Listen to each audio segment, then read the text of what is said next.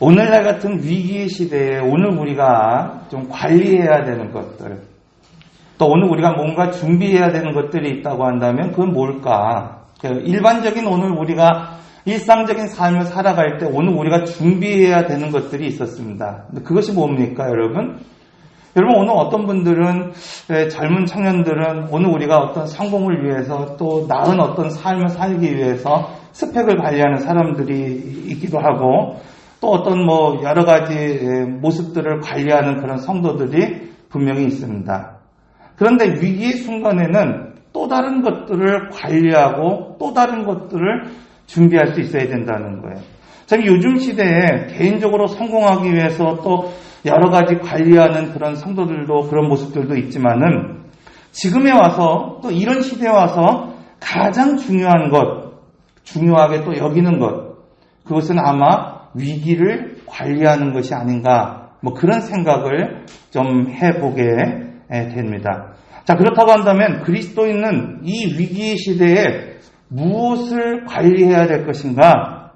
자, 오늘 여호수아는 그리스도인들이 위기를 극복하는 그 방법, 지금의 어떤 상황이나 여건을 관리하는 것이 중요한 것이 아니라 지금의 은혜, 좀 오늘 우리에게 주시는 은혜를 잘 활용하고 관리하는 것, 이것이 중요하다, 이렇게 오늘 우리에게 말씀하고 있습니다. 그래서 여호수아를 통해서 오늘 우리에게 말씀하시는 것, 위기를 극복하기 위해서 지금 당장 중요한 것은 잘 훈련된 어떤 무기, 또 오늘 잘 준비된 군사, 이것이 중요한 것이 아니라 지금 하나님 앞에 순종하고 하나님을 신뢰할 수 있는 사람이 오늘 우리 공동체에 있느냐, 오늘 우리의 삶 가운데 그런 사람들이 있느냐, 이것이 중요하다는 것을 오늘 우리에게 말씀하고 있다는 것입니다. 그래서 위기의 시대에 가장 중요한 것은 하나님 앞에 순종하는 사람, 그리고 하나님을 신뢰할 수 있는 그런 인생이 되는 것이 중요합니다. 이것을 오늘 우리는 광야의 백성과 또 여호수아 군대의 이런 특징으로 또 차이로 오늘 우리가 살펴볼 수 있습니다. 그러므로 믿음의 사람에게 있어서 하나님을 신뢰하고 따르는 일에 차별됨이 있어야 된다는 겁니다. 여러분, 하나님께서 모세의 시종인 이 여호수아, 그를 가나안을 정복하고 그 땅을 기업으로 주시겠다고 약속하셨듯이 오늘 믿음의 2세대, 그러니까 어쩌면 오늘 우리가 믿음의 세대를 넘어서 오늘 우리 부모 세대를 넘어서 다른 이제 이 세대로 넘어가는 이 어려운 시기에 오늘 우리에게도 그러한 사명을 오늘 우리에게 주셨다는 것입니다. 여러분, 선교 100년을 맞이하는 오늘 이 한국 교회가 가장 위기의 순간을 지금 맞고 있습니다. 근데 이 시대에 오늘 우리 자녀들에게, 또 오늘 우리 믿음의 세대들에게, 또 오늘 우리 다음 세대들에게 오늘 하나님께서 그러한 사명을 주셨다는 것입니다. 이 땅의 문화를 정복하고 이 땅을 정복해서 하나님이 오늘 우리에게 허락하신 그 하나님의 나라, 그 하나님의 기업을 오늘 우리로 하여금 누리며 살아갈 수 있는 그런 책임과 권리를 오늘 우리에게 허락하셨다는 것입니다. 출애굽기 23장 27절에서 28절의 말씀처럼 내가 내 위엄을 내 앞에 보내어 내가 이곳을 이를 곳은 모든 백성을 물리치고 내 모든 원수들이 내게 등을 돌려 도망하게 할 것이며 내가 왕벌을 내 앞에 보내리니 그 벌이 히 족속과 가나안 족속과 헷 족속을 내 앞에서 쫓아내리라. 여러분, 그러면 문제는 무엇인가 하면은 하나님께 있는 것이 아니라 바로 이스라엘에게 있는 것입니다. 오늘 이 시대의 문제는 오늘 우리가 주어진 환경과 여건에 있는 것이 아니라 바로 오늘 우리 자신에게 있다는 것을 말씀하고 있습니다. 그래서 여호수아를 통해서 오늘 우리에게 주는 확실한 스피릿, 그것은 무엇인가 하면은 신뢰와 순종이라는 거예요. 어떤 군사가 조직되느냐, 그것이 중요한 것이 아닙니다. 어떤 군사로 훈련받았느냐, 그것이 중요한 것이 아닙니다. 하나님을 신뢰할 수 있냐는 거예요. 하나님 앞에 순종할 수 있느냐, 이렇게 말하고 있습니다. 이렇게 하나님을 신뢰하고 순종할 때 여호수아서는 크게 두 가지로 그 땅을 정복할 수 있는 것이고 그 땅을 분배받을 수 있다, 이렇게 말씀하고 있습니다. 광야 백성이 40년 동안 이 하나님을 쫓아 사는 것 같고 구름기둥을 쫓아 사는 것 같지만 결국 뭐야? 정복하지 못했습니다. 분배받지 못했다는 거예요. 약속을 받았지만은 그 약속을 정복하고 누리는 삶을 살지 못했다는 것입니다. 그러나 여호수아의 이 백성들, 여호수아 1장에서 12장까지의 말씀은 그 땅을 어떻게 정복하는가, 거기에 초점이 맞춰져 있습니다. 또 13장에서부터 24장의 말씀을 보면 그 땅을 하나님께서 어떻게 분배하셨는가에 대해서 말씀하고 있어요. 그 대략적인 요약이 어디에 소개되고 있냐면 여호수아 1장 2절에서 5절의 말씀에 소개되고 있습니다.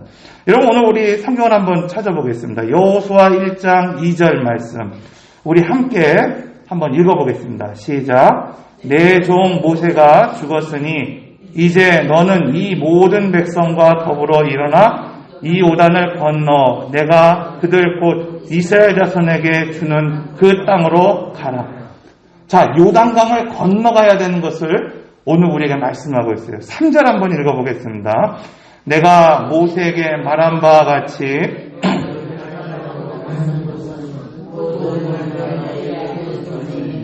자, 가나안 땅을 정복해야 된다는 것을 말씀하고 있어요. 4절 말씀입니다.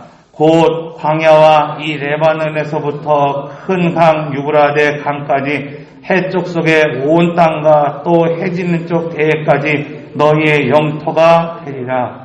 자, 분배에 관한 말씀을 하고 있어요.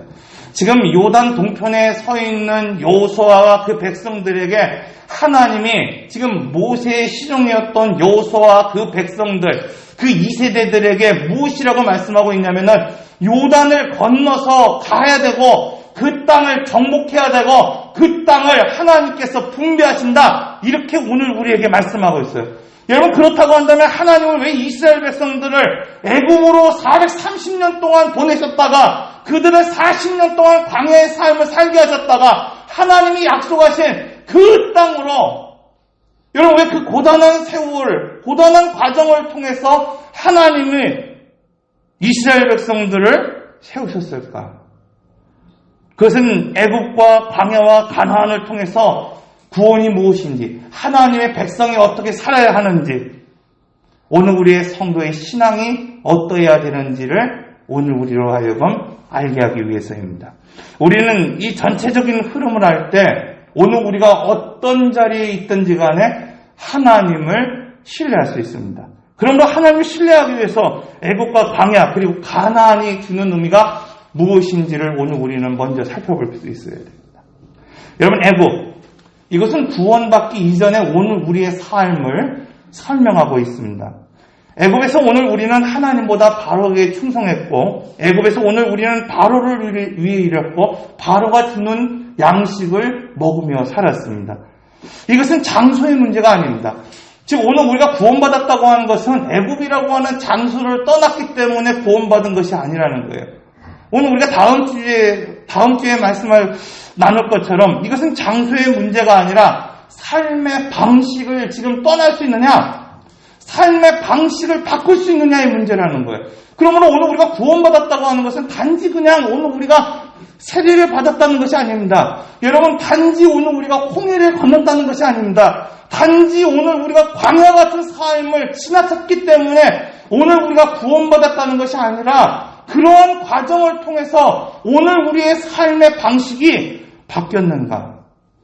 그러므로 오늘 우리가 어디 사느냐, 어디에 머물러 있느냐, 어디를 향해 걸어가느냐, 지금 당장 이것이 중요한 것이 아니라 오늘 우리가 어디에 살든지, 오늘 우리가 어디에 머물러 있든지, 내가 어느 길을 가든지 간에 그 길목에서 오늘 우리가 누구를 섬기고 있느냐, 오늘 우리가 무엇을 위해서 먹고 있고 무엇을 위해서 지금 살아가고 있느냐, 이 삶의 철학이 중요하다는 것입니다.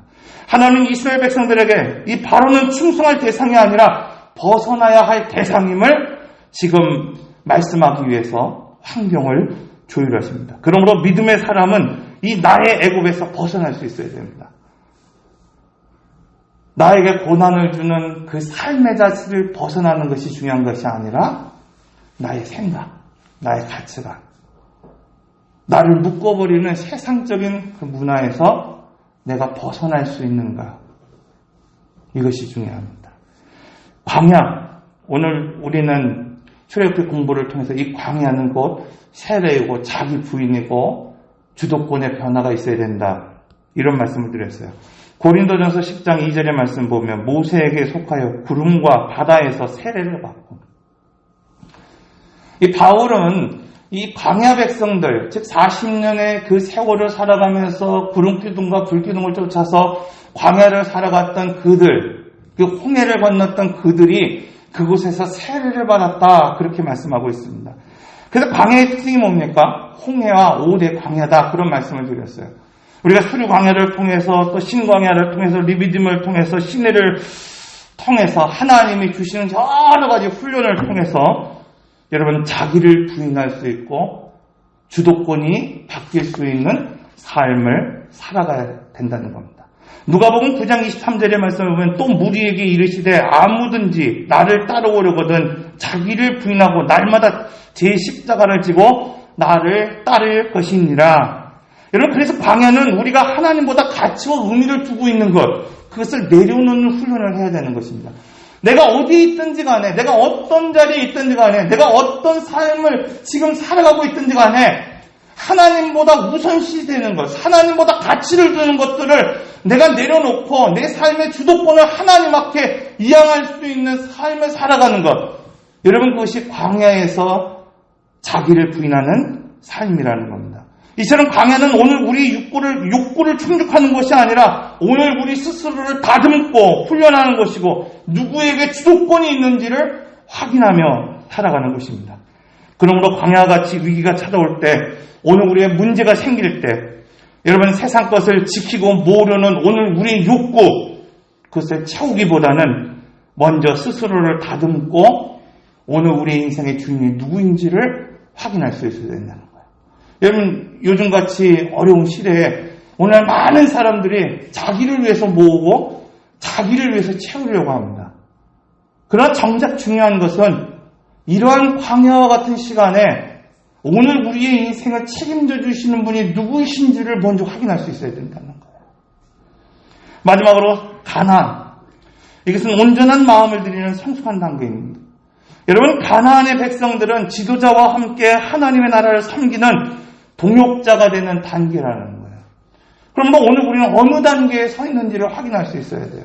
우리의 신앙이 애굽에서 지금 갓 벗어난 단계인지, 아니면 오늘 우리가 자기를 부인하고 주도권을 하나님 앞에 이양하고 드리는 그런 광야의 단계인지, 아니면 오늘 우리가 가나안과 같이 하나님이 주시는 기업을 오늘 우리가 정복하고 분배받고 그것을 누리는 그런 삶을 살기 위해서 하나님이 허락하신 영적 지도자들과 함께 하나님의 나라를 섬기는 그 동역의 길을 지금 살아가는지를 확인할 수 있어야 됩니다.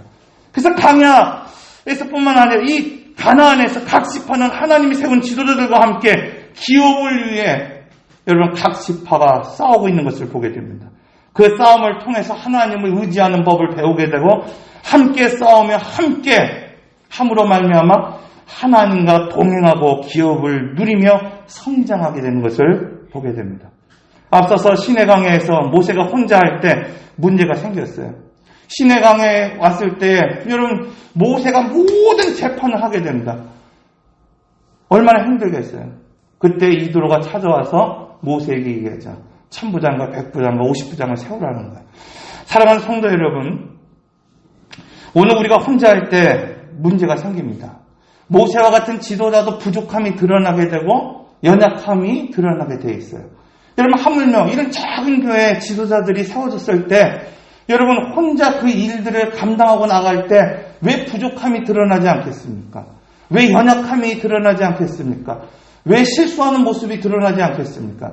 그러나 이때 중요한 것은 뭐냐면은 오늘 우리가 가나안에 살아가는, 그래서 하나님의 기업을 얻고 그것을 누리며 살아가는 그런 백성이라고 한다면은 여러분 오늘 우리는 1000부장으로 100부장으로 세워져서 하나님의 사람과 동역하는 삶을 살아갈 수 있어야 된다는 겁니다. 저는 저희 교회와 성도가 이런 성숙한 성도가 되고 하나님의 나라를 섬기는 동역자가 되기를 원합니다. 그런데 이 시기 위기를 극복하고 하나님의 약속한 기업을 누리며 살아가는 그런 삶을 살기 위해서 가장 중요한 것, 여러분 그건 앞서서 말씀드린 것처럼 단순히 내가 무엇을 가지고 무장했느냐, 그것이 중요한 것이 아니에요. 내가 어떤 스펙을 쌓았고 내가 어떤 무기를 장착했느냐, 지금 이것이 중요한 것이 아니라 내가 비록 연약할지라도, 내가 비록 부족할지라도 내가 하나님을 그 땅에서 신뢰할 수 있느냐가 중요하다는 거예요, 여러분. 지금 당장 광야에 사는 것 같고 지금 당장 천막에 사는 것 같지만은 정말 내가 하나님을 신뢰할 수 있느냐, 이것이 중요하다는 겁니다. 지금 코로나19라고 하는 이런 사태 가운데에서 오늘 우리가 참 어려운 가운데 있지만은 이곳에서 가장 중요한 것은 내가 무엇을 장착했느냐, 여러분, 이것이 중요한 것이 아닙니다. 내가 하나님을 신뢰할 수 있냐는 거예요. 여호수아 1장에 보면은 마음을 담대히 하라, 이 말씀이 무려 4번에 걸쳐서 소개되고 있습니다. 백성들이 좌절할 때, 실망할 때 하나님께서는 4번이나 오늘 우리에게 찾아오셔서 말씀하십니다. 극히 담대하라, 이렇게 말하고 있어요. 여러분, 여기서 오늘 우리로 하여금 마음을 강하게 하고 담대하라, 이 말씀이 무엇입니까? 하나님을 신뢰하라는 겁니다. 두 번째는 다른 것에 마음을 빼앗기지 말라는 거예요. 우리가 잘 알고 있는 것처럼 베드로는 주님 곁에 가고자 하는 마음이 있었습니다. 또 주님과 같이 그 물가를 걷고자 하는 마음이 있었어요. 폭풍이 몰아치는 그 가운데 주님이 이 제자들을 향해 그 물을 걸어오시는 것을 바라보는 베드로, 그는 주님 곁에 가고자 하는 마음이 있었어요. 주님과 같이 그 물을 걷고자 하는 마음이 있었습니다.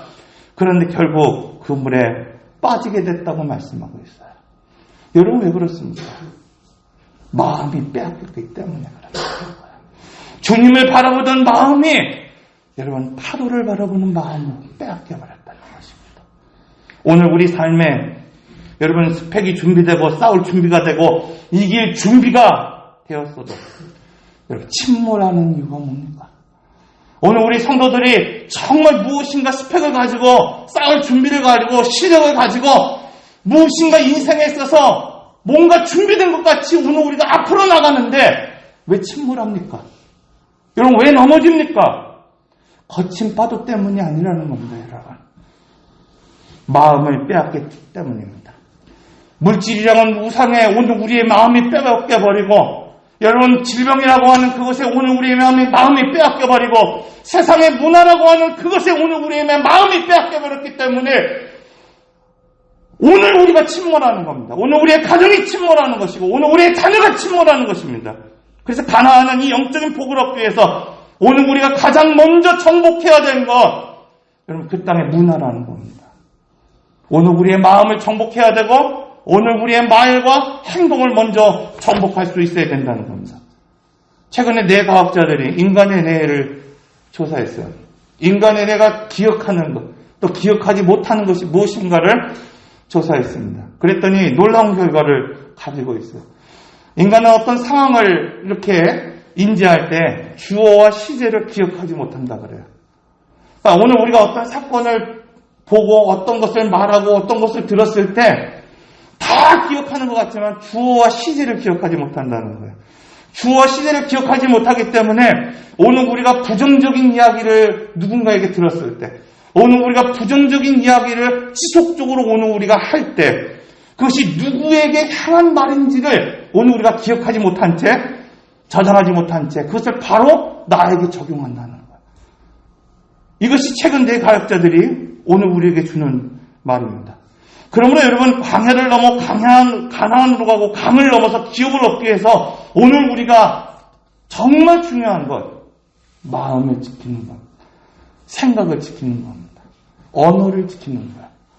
여호수아에서 지금 오늘 우리에게 주는 이 세 가지, 이런 마음을 지키고 생각을 지키고 말을 지키라는 겁니다, 여러분. 이것을 관리하지 못하면 아무리 강한 군대로, 아무리 강한 군사로 오늘 우리가 준비됐다 하더라도 결국 침몰할 수밖에 없기 때문이에요. 제가 처음 목회를 시작할 때 전주 교도소에 그 교종 목사로 교종 그 위원으로 참여한 적이 있어요. 얼마나 열심히 찬양한지 몰라요. 거기 가면은 그냥 이렇게 찬양을 합니다. 반주도요. 제가 어떤 남자분이 반주를 하는데, 키보드로 반주를 하는데 찬양을 합니다. 얼마나 떨면서 가는지 몰라요. 왜? 거기가 뭐 이렇게 뭐 전과 몇 번 이런 분들이 있다는 거야. 처음에 갔을 때 막 철문이 열리고 막 그 가는 곳곳마다 열리고 닫히고 막 그분들을 만나면서 많은 은혜를 받았습니다. 그런데 그와 달리 거기에 근무하는 교종 뭐라고 그러죠? 교도관들. 저희 교회에 교도관들이 참 많이 있었어요. 그분들이 하시는 말씀이 뭐냐 하면은, 목사님, 저희가 참, 이 마음이 피폐하다는 거예요. 왜 그렇습니까? 그랬더니, 매일 만나는 사람들이 그런 사람들이에요. 매일 보는 사람들이 그런 사람이고, 매일 듣게 되는 말이 그런 마음이에요. 목사님, 저희들은요, 사실 마음이 참 완악합니다. 늘 뭔가를 통제해야 되는 것 같고, 그런 불안함에 살아갑니다. 여러분, 오늘 우리가 아는 것 같지만은, 우리가 듣는 말을 하게 된다는 거예요. 우리 아이들을 보십시오, 여러분. 우리 아이들이 처음 언어를 배울 때, 부정적인 말을 하는 부모 밑에서 자라는 아이들이 제일 먼저의 언어가 뭡니까? 안 돼라는 말이에요. 안 돼.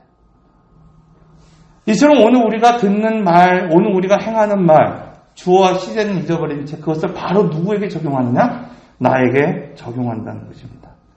그러므로 부정한 이 생각, 부정적인 언어, 여러분 새로운 결단을 시작하는 오늘 우리에게, 또 새로운 어떤 결단을 시작하는 공동체에게 치명적인 그러한 영향력을 주게 됩니다. 우리가 이미 알고 있는 것처럼 10명의 정탐꾼의 그 부정적인 생각과 언어가 이스라엘 공동체를 어떻게 파괴했고 하나님의 약속을 어떻게 불신시켰는지를 오늘 우리는 잘 알고 있습니다.